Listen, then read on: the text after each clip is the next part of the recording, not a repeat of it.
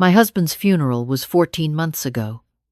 Last Tuesday, I sat down next to him on a plane. I had been standing in the boarding line at Toronto Pearson, pulling my carry-on behind me, thinking about nothing in particular. Whether I had remembered to water the plant on the kitchen windowsill, whether the hotel in Vancouver would have extra pillows. The small, forgettable thoughts that fill a mind that has learned, slowly and painfully, to stop reaching for someone who is no longer there. I found my row. I lifted my bag into the overhead bin. I sat down in the window seat the way Richard always hated, because he said the window seat made him feel trapped, so I always gave it to him. For 38 years, I sat in the middle and gave him the aisle. The man in the aisle seat was already there when I sat down. I did not look at him right away. I buckled my seatbelt. I took out the paperback I had been carrying for 6 weeks without reading past the 3rd chapter. Then I heard him clear his throat. That specific sound, short and quiet, the kind a man makes not because his throat needs clearing but out of habit, out of restlessness, a small private signal that he is slightly impatient. My hands went still on the book. I looked. He was reading something on his phone, tilted slightly away from me, his glasses pushed down to the end of his nose, the way he always wore them when he thought no one was watching. His left hand rested on his knee. On the back of that hand, between the knuckles of his ring finger and his middle finger, was a pale crescent scar, a burn scar, old and smooth, from a camping accident the summer our daughter was 7 years old. He had grabbed a metal grate without thinking. He had not made a sound when it happened, only hissed through his teeth and walked to the cooler to hold ice against it while our daughter cried harder than he did. That scar does not exist on any other hand in the world. I stopped breathing. His name was Richard Calloway, my husband. The man I had buried in Oakville, Ontario, on a gray November morning 14 months ago, while our daughter held my arm and a minister said words I could not hear over the sound of my own heartbeat breaking. The man sitting 12 inches from me in seat 14C. I did not speak. I could not. My mouth had forgotten how to form words. The book slid from my fingers and hit the floor, and he glanced over, the reflex of someone sitting beside a stranger, a polite half-look. His eyes met mine. For 2 full seconds, nothing happened. Then something moved behind his expression. A flicker, a tightening, a door slamming shut very quickly behind a face that was working hard to stay calm. "I'm sorry," he said. "Are you all right?" His voice. 38 years of that voice at the breakfast table, in the dark before sleep, on the phone when I called to say I would be late. That voice had read to me when I had pneumonia in 1999. That voice had said I do in a church in Hamilton in the spring of 1986. "Richard," I said. The word came out barely above a breath. He shook his head, his expression settling into something practiced and careful. "I think you have me confused with someone else. My name is Robert Marsh." He smiled, a stranger's smile. Polite, closed, slightly pitying. I reached into my purse. My hands were shaking so badly that I dropped it, spilling the contents across the floor between our seats, and he bent to help me automatically, the way you do for someone beside you. And when he handed me my wallet, our fingers touched, and I felt the same warmth I had felt every day for 38 years, and something in me cracked open. I found my phone. I pulled up a photo from the previous Christmas, the last Christmas we had together. Richard standing in the kitchen in his red flannel shirt, holding up a wooden spoon and laughing, the blue-gray of his eyes sharp and clear in the kitchen light. I held the phone in front of him. He looked at it. He could not help looking at it.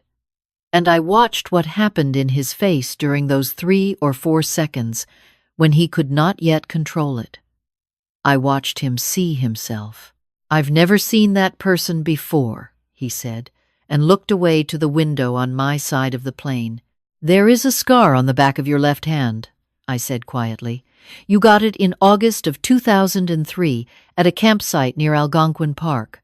Our daughter was so frightened she was sick in the grass. You told her it was just a scratch. You said that for 3 days until it blistered, and I made you drive to the clinic in Huntsville. He said nothing. The seatbelt sign chimed on. The flight attendant began speaking at the front of the cabin. I'm sorry for your loss, he said finally, very quietly, not looking at me. I think grief can make us see what we need to see. He opened his phone again. His hand was not entirely steady. I said nothing more. But I was not confused, and I was not grieving, and I was not seeing what I needed to see. I was seeing exactly what was in front of me, and so was he. I did not sleep on that flight. I sat with my hands folded in my lap, and my eyes straight ahead for 4 hours and 20 minutes, aware of every small movement beside me, every shift of weight, every breath. I memorized the watch on his wrist, silver with a dark face. Not the watch I knew, but worn, on the same wrist in the same position. I memorized the cut of his hair, shorter than Richard wore it, but the same slight wave at the back of the neck.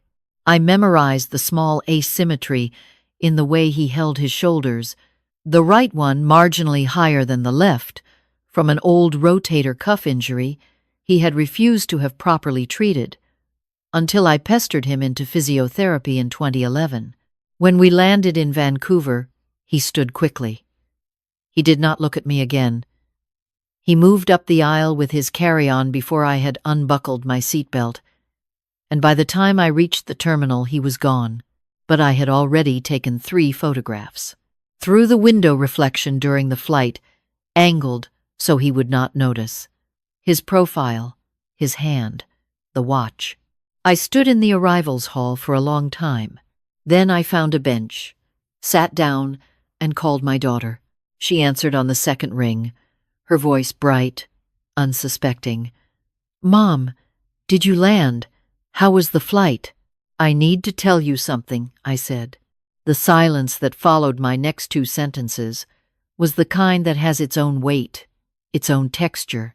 Not the silence of disbelief, but the silence of someone whose breath has stopped. Then she said, very carefully, Mom, what exactly did he look like? I described him. Every detail. I did not hurry. When I finished, she was quiet again. And that quietness was the second time in 14 months that my world came apart. Because it was not the quiet of a daughter hearing something impossible. It was the quiet of someone who has just heard something they already knew. I stayed in Vancouver for 3 days for a conference I could no longer concentrate on. I sat through presentations and nodded at appropriate moments and ate meals I did not taste. In the evenings, I sat in my hotel room with my laptop and my phone, and I worked methodically through everything I could access. Richard had been the sole director of a property development company he had built over 20 years. When he died, our daughter handled most of the estate paperwork. I had been too broken to manage much of it myself, which I understood now had been convenient for someone. I began looking at what had actually been transferred, what had been sold, what had simply disappeared. Even without professional help, the shape of it began to emerge within 2 days. Accounts I had not known existed. A numbered company registered in British Columbia with a director listed as R.D. Marsh. Marsh, the name he had given me on the plane. A property in Kelowna, purchased 18 months ago, 1 month before my husband's supposed death. I did not sleep much those 3 nights in Vancouver, but I was not crying. I had moved past crying into something else, something cooler and more useful. I flew home on the 4th day. From the airport, I drove directly to a law office in Mississauga that a colleague had once recommended for reasons I had not paid attention to at the time. I sat in the waiting room and looked at the potted ficus in the corner and breathed slowly until a woman in her 40s with reading glasses on a chain around her neck called me in. I laid out what I knew in the order I knew it. I did not editorialize. I described the scar and the voice and the name and the photographs and the numbered company and the Kelowna property and the account discrepancies. I spoke for approximately 20 minutes without stopping. When I finished, she looked at me for a moment over her glasses. "If everything you've described is accurate," she said, "you're looking at insurance fraud, staged death fraud, and significant financial misconduct. You may also have grounds related to the estate process, depending on who was involved and what they knew." She said that last part carefully. Depending on who was involved and what they knew. I asked her to find me the best private investigator she had worked with. I met him the following afternoon in a coffee shop on King Street West in Toronto, a direct man in his early 60s who had spent 12 years with the OPP before going private. He listened without notes the first time, then asked me to go through it again while he wrote. He examined the photographs on my phone for a long time without speaking. "This is enough to start," he said. I told him I wanted bank records, travel records, property records, any documentation linking the name Robert Marsh to my husband's identity. I told him I wanted to know who else knew. That last part cost me something to say aloud, but I said it. He asked me who had managed the estate. I told him our daughter had managed most of it. Her name was Claire. She was 41 years old and lived in Burlington with her husband and our 2 grandchildren, and she had held my hand at the funeral and cried in a way that had seemed, to me, to be the realest thing in a day full of unreality. The investigator looked at me steadily. "I know," I said. "Find out." The following 10 days were the strangest of my life, and I had already lived through 14 months that I would not have wished on anyone. I continued my routine with mechanical precision. I taught my Tuesday and Thursday morning classes at the community college, where I had worked for 19 years. I answered emails. I had dinner with a friend on the Saturday and talked about her garden renovation and her youngest son's new job in Calgary. And I heard every word she said and remembered none of it. What I was doing, underneath all of it, was waiting. The investigator called on the 11th day and asked me to come in. The folder he handed me across the desk was not as thick as I expected. It did not need to be thick. What was in it was sufficient. Richard had not died in the car accident on the QEW. The car had gone over the barrier, yes. The car had burned, yes. The body recovered was identified through dental records as Richard Allen Calloway, age 64, of Oakville, Ontario. But 3 months before the accident, Richard had quietly arranged to have a former colleague's dental records incorporated into a falsified file at the clinic he used. This colleague had died of cancer the previous spring. He had a brother in Edmonton who had received a sum of money that the investigator had traced with some difficulty.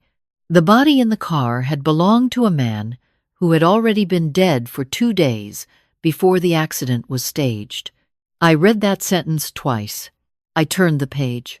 The numbered company, R.D. Marsh Holdings, had been established 4 years ago.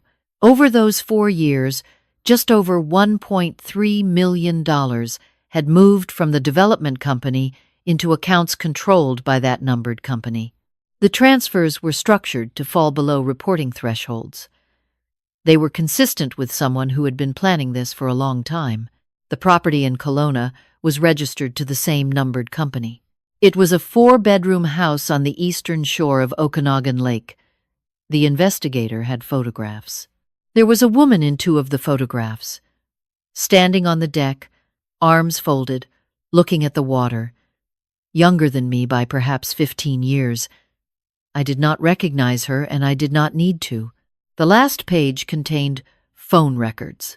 14 months of calls between a number registered to Robert Marsh and a number I recognized immediately. My daughter's cell number, not occasional calls. Regular calls, weekly, sometimes more, beginning 4 months before the accident. The room went very quiet around me. I sat there with that page in my hands, and I breathed in and out very slowly the way the doctor had taught me after my cardiac scare 3 years ago. In for 4, hold for 4, out for 4. Then I said, "Is this enough for the fraud charges?" He said yes, and that he had already been in contact with my lawyer, and that she believed the evidence supported referral to the Ontario Provincial Police Financial Crimes Unit. I thanked him. I wrote a check. I picked up the folder and walked out into a gray Toronto afternoon. I drove to Claire's house in Burlington.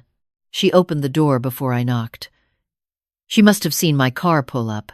She was wearing a gray sweater, and her hair was pulled back, and she looked exactly like she had always looked, my daughter, the person I had called first when her father was taken from me, the person who had sat beside me in the funeral director's office and chosen a casket for a stranger while I signed papers and believed everything I was told. She looked at my face, and she knew. "Mom," she said. She stepped back from the door. I came inside. I set the folder on her kitchen table. I sat down. I did not shout. I did not cry. I had made a deliberate choice in the car on the way here. I had decided that she would tell me everything she knew in her own words, not in response to accusations, but in response to silence. That sometimes the quietest room extracts the most complete confession. I sat, and I looked at her. She lasted less than 2 minutes. "He came to me almost a year before," she said. She was not crying yet. Her voice was flat and careful, as though she had rehearsed this conversation in her own head many times and was now finally delivering it. He said he had made mistakes, that there was another life he had been living, that he needed to end things cleanly. He said if he left normally, you would take half of everything, the company, the pension, the properties, all of it. He said it would be easier this way. "Easier for whom?" I said. She flinched. "He promised me the business would come to me," she said. "He said I would be able to take care of you, give you income, make sure you were looked after. Mom, I thought I genuinely believed. You watched me bury a stranger," I said. Her face collapsed. "Yes. You held my arm while I put flowers on a box that held someone else's body. Mom, you let me spend 14 months mourning a man who was alive." She was crying now, quietly, the way Richard had never cried, the way our daughter had learned from me. She said she was sorry. She said she had not known how to stop it once it began. She said she had told herself it would hurt me less to believe he was dead than to know the truth. I thought about that for a moment. Then I said, "What you took from me was my right to decide, my right to know the truth about my own life. That was not yours to take. It was never yours." She reached across the table toward my hand. I stood up. I told her that the OPP Financial Crimes Unit would be contacting her within the week. I told her that my lawyer had advised me that her cooperation would be considered in the assessment of charges, but that the investigation would proceed regardless. I told her that I loved her, and that I had loved her every day of her life, and that love does not prevent consequences, and that I hoped, genuinely, that she understood the difference. Then I picked up the folder and I walked back through the hallway and out the front door. I sat in my car in her driveway for a moment. The houses on her street were neatly kept, the November gardens mostly put to bed, the trees bare against a pale sky. Her neighbors were raking leaves 2 doors down. Everything looked entirely ordinary. I started the car and drove home to Oakville. The investigation moved quickly once the referral was formal. The OPP Financial Crimes Unit is methodical and unhurried and very thorough. My lawyer kept me informed in weekly calls that I always took from the kitchen table where I had drunk coffee with Richard for 26 years in this house. Claire cooperated fully. Her testimony, combined with the documentary evidence, was sufficient to locate and identify the man living as Robert Marsh in Kelowna, British Columbia. He was taken into custody on a Tuesday afternoon while, from what I was told, doing nothing more dramatic than unloading groceries from a car in his driveway. He did not resist. I was not there. I had decided quite deliberately that I did not need to be. I did speak to him once, by phone at his request, through my lawyer's office. I agreed to take the call because I had one question that the legal process would not answer for me. When he came on the line, his voice was the same. That was the strangest part, even then. 38 years of that voice, and it still registered somewhere in me, as familiar, as safe, as home. The body is slow to update its information. He said my name. I said, "I have one question. When you sat down next to me on that plane, did you know it was me before I spoke?" A pause. "Yes," he said. I nodded, though he could not see me.